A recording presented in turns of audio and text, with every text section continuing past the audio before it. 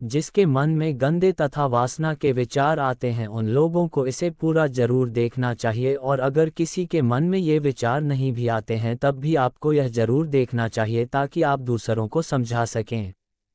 मित्रों, एक बार देवर्षि नारद नारायण नारायण का जाप करते हुए इंद्रलोक इंद्रदेव से मिलने के लिए जाते हैं। तभी उन्होंने देखा कि इंद्रदेव रंभा उर्वशी मेनका के साथ भोग विलास में मग्न थे, जिससे नारद जी को बहुत दुख हुआ। उसके बाद नारद जी इंद्रदेव से बिना मिले ही वापस चले गए और उसके मन में एक प्रश्न उठने लगा कि लोग विषय भोग में इतना क्यों व्यथित है। तब उन्होंने सोचा, अगर कोई ऐसा हो जिसने अभी तक विषय भोग ना किया हो वही मुझे इस प्रश्न का उत्तर दे सकता है। फिर उनको अचानक याद आती है महादेव के रुद्र अवतार हनुमान जी की। तब देवर्षि नारद जी ने विलंब ना करते हुए इंद्रलोक से प्रस्थान करके हनुमान जी के पास जा पहुँचते हैं। तब उन्होंने देखा कि हनुमान जी तपस्या में लीन थे। फिर कुछ समय बाद हनुमान जी की तपस्या पूरी हुई। इसके बाद उन्होंने अपनी आंखें खोली और देवर्षि नारद जी से बोले, हे देवर्षि नारद, आपका आज अचानक हमारे पास कैसे आना हुआ? कोई अनहोनी तो नहीं हुई है? तब देवर्षि नारद जी बोले, हे संकट मोचन हनुमान, ऐसी कोई बात नहीं है, मुझे बस आपसे एक प्रश्न का उत्तर जानना था।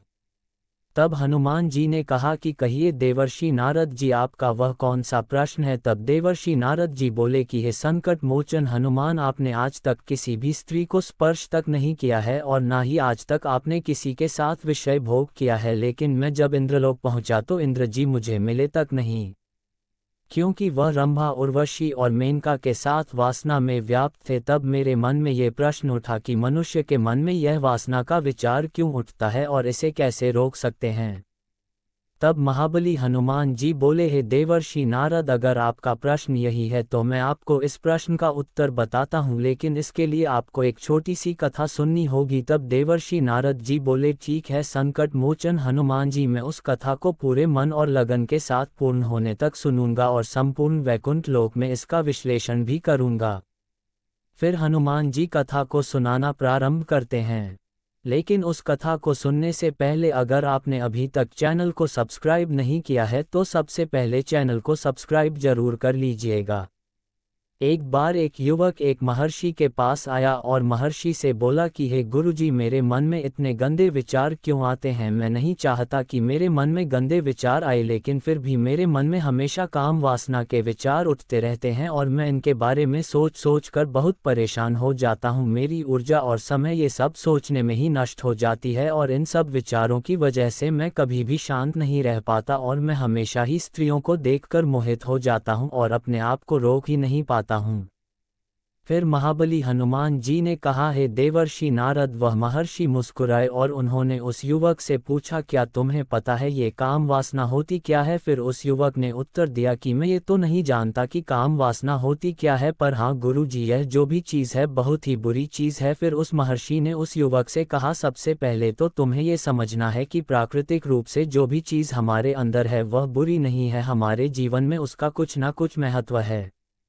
वासना कोई बुरी बात नहीं है, ये तो हमारे मन की एक भावना है जो हमें किसी ना किसी चीज़ की कमी का एहसास करवाती है और फिर हम उस चीज़ को पाने के लिए उस चीज़ की तरफ आकर्षित हो जाते हैं। वह महर्षि आगे उस युवक को समझाते हुए कहते हैं, हे युवक, जैसे अगर तुम्हारे पास धन की कमी है तो तुम्हें धन पाने की वासना उत्पन्न हो जाती है, उसी प्रकार वासना कुछ और नहीं बस एक प्रकार की कमी है जो एक प्रकार की ज़रूरत का एहसास दिलाती है, और जब यह ज़रूरत शारीरिक हो तो हम इसे काम वासना का नाम देते हैं।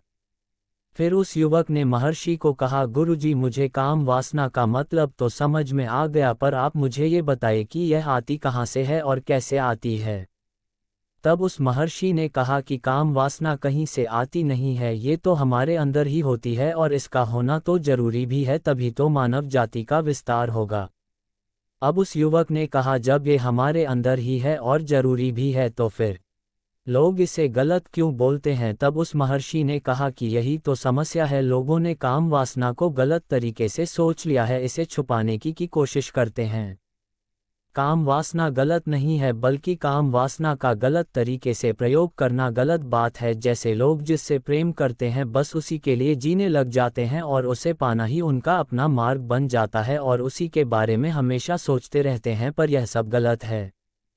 फिर हनुमान जी ने आगे कहा, हे देवर्षि नारद, जब महर्षि ने युवक से कहा, क्या तुम्हें पता है जानवरों में भी काम वासना होती है और अपने वंश को आगे बढ़ाने के लिए मादा के साथ व्यभिचार करते हैं, हम जानवरों की काम वासना को गलत क्यों नहीं कहते हैं। तब युवक ने कहा, गुरुजी मुझे इस प्रश्न का उत्तर नहीं पता। फिर युवक आगे कहता है कि महात्मा आप ही मुझे बताइए कि हम सब जानवरों की काम वासना को गलत क्यों नहीं कहते हैं। तब महर्षि ने कहा कि जानवर अपनी काम वासना का प्रयोग आनंद प्राप्ति के लिए नहीं करते, वह तो सिर्फ संतान उत्पत्ति करने के लिए काम वासना का उपयोग करते हैं। जानवरों को प्रकृति ने इतनी समझ नहीं दी है कि वह काम वासना को अपने सुख का आधार बना सके। फिर हनुमान जी ने आगे कहा, हे देवर्षि नारद, वह महर्षि आगे बोला कि मनुष्य अपनी समझ के बलबूते पर प्रकृति में पाई जाने वाली प्रत्येक वस्तु को अपने सुख के लिए प्रयोग करता है। हम इंसानों ने ही काम वासना को अपने सुख का साधन बना लिया है, परंतु प्रकृति ने तो इसे हमें अपने वंश को आगे बढ़ाने के लिए इसे दिया था, लेकिन प्रत्येक इंसान ने इसे अपने जीवन का परम लक्ष्य बना रखा है और इस तरह से काम वासना का आ जाना गलत है। तब युवक ने पूछा, महात्मा जी यह काम वासना हम पर हावी क्यों होती है, ये हमेशा ही क्यों आ जाती है। तब उस महात्मा ने कहा कि सुनो, अब मैं तुम्हें एक छोटी सी कहानी सुनाता हूँ, उसे तुम ध्यानपूर्वक सुनना, जिससे तुम्हें तुम्हारे सारे सवालों का जवाब तुमको मिल जाएगा। तब युवक ने कहा, ठीक है गुरुजी, मैं ध्यानपूर्वक सुनूंगा, आप कहानी को सुनाना प्रारंभ कीजिए। फिर महर्षि आगे कहते हैं, एक बार की बात है, एक आश्रम में एक गुरु और उनके शिष्य रहा करते थे। सभी बच्चे रोजाना आश्रम के बाहर स्थित अमृतपुर नामक एक गांव में भिक्षा मांगने के लिए जाते थे। तभी वह महर्षि उस युवक से आगे कहता है कि उसी आश्रम का एक शिष्य था जिस गांव में भिक्षा लेने जाता था। उसी रास्ते में एक नदी मिलती थी। तभी एक दिन उसने देखा कि एक युवक वृक्ष के पीछे छिपा है। फिर वह उस युवक के पास गया और उससे जाकर बोला, भाई तुम इस वृक्ष के पीछे छिपकर क्या देख रहे हो। तब उस पेड़ के पास छुपे हुए युवक ने कहा, अरे तुझे नहीं देख रहा क्या कि मैं क्या देख रहा हूँ। तब शिष्य ने नदी की ओर देखा तो वहां पर कुछ युवतियां पानी भर रही थी। तब उस शिष्य ने उस युवक से कहा, अरे भाई वहां पर तो युवतियां पानी भर रही हैं, इसमें छिपकर देखने वाली क्या बात है। तब वह युवक शिष्य की तरफ देखकर कहने लगता है, अरे पागल, तुम्हें दिखाई नहीं दे रहा क्या कि कैसे यह औरतें नदी से पानी निकाल रही हैं। जरा उनकी अदाओं को तो देखो, उनके कोमल शरीर को देखो, उनकी पतली कमर मटके को उठाते समय बलखाती चाल को तो देखो, और उनके बाल उनकी कमर पर कैसे लहरा रहे हैं, मानो सुंदरता बिखरी हो।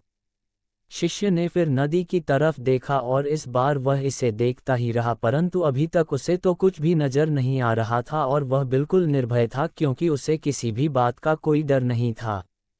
लेकिन अब वह छिप के उन युवतियों को देखने लगा, और जब वह छिपकर उन युवतियों को देख रहा था तभी वह अचानक अंदर से अपने ही अंतर्मन से कांप गया और उसने कहा कि यह मैं क्या कर रहा हूँ, मैं जो कर रहा हूँ वह सही नहीं है, मुझे यहाँ से तुरंत चले जाना चाहिए। और फिर वह जल्दी से वहाँ से चला गया और वह आश्रम पहुँच जाता है। फिर महाबली बजरंग बली आगे कहते हैं, हे देवर्षि नारद जी, वह जाकर अपने कार्यों में लग गया, लेकिन जो वह आज देख कर आया था अभी वही उसकी आंखों के सामने बार बार आ रहा था। उसके मन में वही दृश्य चल रहा था, उसका मन वही सब कुछ देखने के लिए उतावला हो रहा था, उसका किसी भी काम में मन नहीं लग रहा था। फिर वह सुबह होते ही जल्दी ही भिक्षा के लिए निकलता है और उस नदी के पास वाले वृक्ष के पास जाता जहाँ पर वह युवक पहले से मौजूद रहता था। वह शिष्य भी उसके साथ मिलकर रोज युवतियों को छुप छुप कर देखने लगता है, जिससे वह हमेशा ही किसी ना किसी प्रकार के विचारों में उलझा रहता था। वह आश्रम के कार्यों को भी ठीक तरीके से नहीं कर पा रहा था, ना वह ठीक से सो पा रहा था, ना वह ठीक से खाना खा पा रहा था। उसका मन हमेशा बेचैन रहने लगता था, उसका मन बार बार उन युवतियों के सौंदर्य को देखने के लिए उतावला होता रहता था। जब उस शिष्य के गुरु उसको गुरु शिक्षा देते थे तब भी उसका मन कहीं और विचारों में खोया रहता था। जब उस शिष्य का यही रोज रोज का हो गया तो गुरु ने अपने शिष्य की इन हरकतों को भांप लिया था, और एक दिन गुरु ने शिष्य को अपने पास बुलाया और कहा कि आज से मैं भी तुम्हारे साथ भिक्षा मांगने चलूंगा, हम दोनों साथ साथ भिक्षा मांगने चलेंगे। तब शिष्य गुरु को मना करते हुए बोला, नहीं गुरुदेव, आप परेशान क्यों हो रहे हो, मैं अकेला ही ठीक से भिक्षा मांग सकता हूँ, आपको चिंता करने की जरूरत नहीं है। फिर गुरु ने शिष्य से कहा, ठीक है, तुम अकेले ही भिक्षा मांगने जाओ। फिर जैसे ही गुरुजी ने इतनी बात कही वह शिष्य तुरंत वहां से भिक्षा मांगने के लिए निकल गया। उसके बाद गुरु भी आश्रम से निकल गए और वह अपने शिष्य का पीछा करने लगे कि वह कहाँ जाता है, किससे मिलता है। ये सब देखने के लिए उसके पीछे पीछे चलने लगे, लेकिन उस शिष्य को इसका तनिक भी पता नहीं था। फिर कुछ दूर जाने के बाद गुरु ने देखा कि उनका शिष्य एक युवक के साथ एक वृक्ष के पीछे किसी अपराधी की तरह छिपा हुआ है और छिपकर कुछ देख रहा था। फिर गुरुजी को ये हरकतें देखकर बड़ी ही आश्चर्य हुआ और सोचा कि आखिर उनका शिष्य क्या देख रहा है, जिसे देखने के लिए वह वृक्ष के पीछे अपराधियों की तरह छिपा हुआ है। तब गुरु ने देखा कि उनका शिष्य वृक्ष के पीछे छुपकर युवतियों को देख रहा है जो कि नदी से पानी भर रही थी और उनके बाल उनकी कमर पर लहरा रहे थे। तभी गुरु बोल पड़े कि शिष्य, तुम ये क्या देख रहे हो। अपने गुरु की आवाज़ सुनकर वह शिष्य घबरा कर विचलित हो गया और उसके पसीने छूटने लगे और थर थर कांपने लगा, जैसे किसी चोर को चोरी करते समय रंगे हाथों पकड़ लिया गया हो। उसकी हालत इतनी खराब हो गई थी कि वह कुछ भी नहीं बोल पा रहा था, वह अपने गुरु से नज़र भी नहीं मिला पा रहा था। गुरु ने शिष्य की तरफ देखा और कहा कि हमारा शिष्य तो निर्भय था, उसे तो किसी भी चीज़ का डर नहीं लगता था, लेकिन ये क्या, तुम तो डर के मारे कांप रहे हो। तब शिष्य ने गुरु से कहा कि मुझे माफ़ कर दो गुरु जी, मेरा इसमें कोई दोष नहीं है। मेरे साथ यह जो युवक है इसने ही मुझे बहका दिया है, लेकिन मैं आपसे प्रण करता हूँ कि आज के बाद मैं ऐसा दोबारा नहीं करूँगा। फिर गुरु ने शिष्य से कहा कि कोई बात नहीं, पर इस बात का तुम ध्यान रखना कि हम जैसी संगति करते हैं वैसा ही फल हमें प्राप्त होता है।